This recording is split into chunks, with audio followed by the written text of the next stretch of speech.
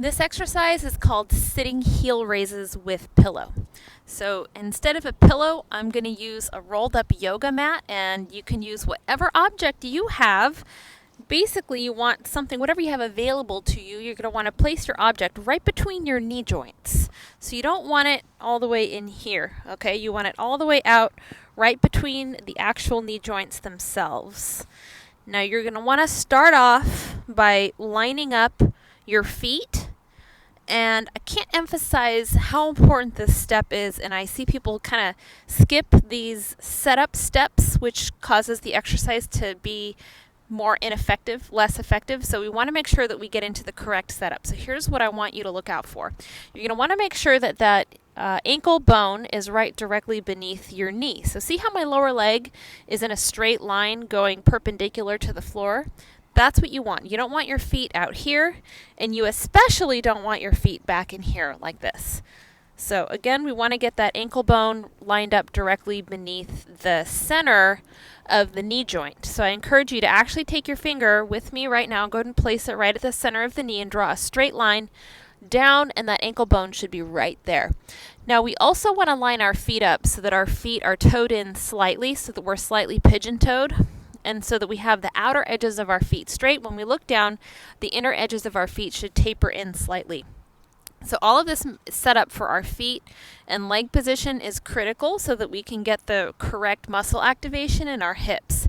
So one of the biggest benefits to sitting heel raises with pillow is because this is just a really great way to activate muscles of the hips that don't typically get worked or activated with traditional gym exercises, and that definitely don't really get activated in our day-to-day lives. So what you're going to want to do is sit up nice and tall, place an arch in your lower back by tilting your pelvis forward.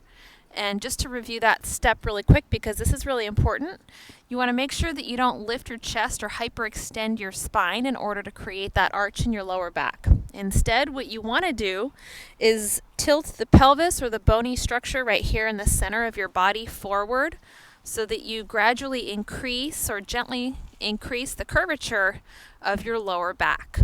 So you're going to try to maintain that tilted pelvis as we go through the exercise. So what you're going to want to do is press in against your pillow, your block, your roller, whatever you're using. Use some constant pressure, and then you're going to lift and lower your heels. So we're going to go to 20 here. So now as you're doing this, and as we're doing this, we're going to feel our inner thigh muscles working. We're also going to feel some muscle work through the lower legs and the feet and the ankles. But primarily what we want to be focusing on is lifting from the creases of our hip. So I encourage you to try this with me right now. So you're going to go ahead and take your hands and just place them right in the creases of your hip. And you should actually feel a little bit of tension right in that area as you lift. So what this exercise is really good for is improving the way that our hips move as we walk. So walking, we call that gait, is a fancy name for how we walk. And there should be like a connection or a coordination of our hip to our knee, to our ankle and our foot. And that connection a lot of times gets lost because we wear shoes that cushion our feet and that kind of interfere with the right way to walk, and also because of how much time we spend sitting. So this exercise helps to kind of reestablish the proper gait pattern.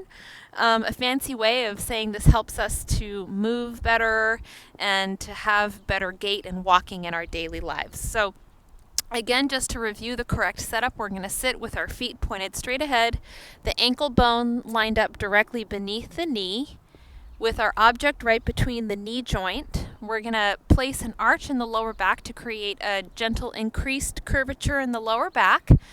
Looking straight ahead, I forgot to mention, make sure to relax your stomach. Now we're going to hold some constant pressure on the roller, and we're going to lift and lower. So you're going to want to do 3 sets of 20 reps. And I recommend that you do 1 set of 20, and then stop, rest, give yourself a little break, come back, place the arch in the lower back again, do another set of 20, and continue like that for the 3 sets of 20.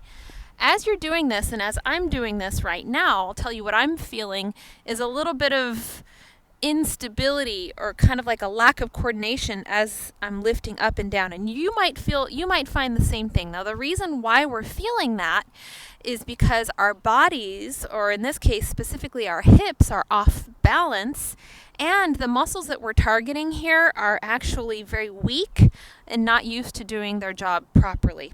So the good news is we can do this exercise to help to balance all of that out. But as we're doing this, lift and lower, we want to do it nice and slowly. So notice how slowly I'm doing this.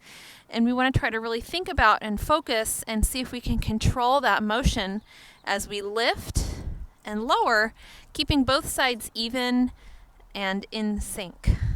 All right, so that is the sitting heel raises with pillow. Whew, I definitely feel that one. That feels great though. I hope you enjoyed this video. Hit the like button if you haven't already, subscribe to the channel, and I'll see you again soon. Bye.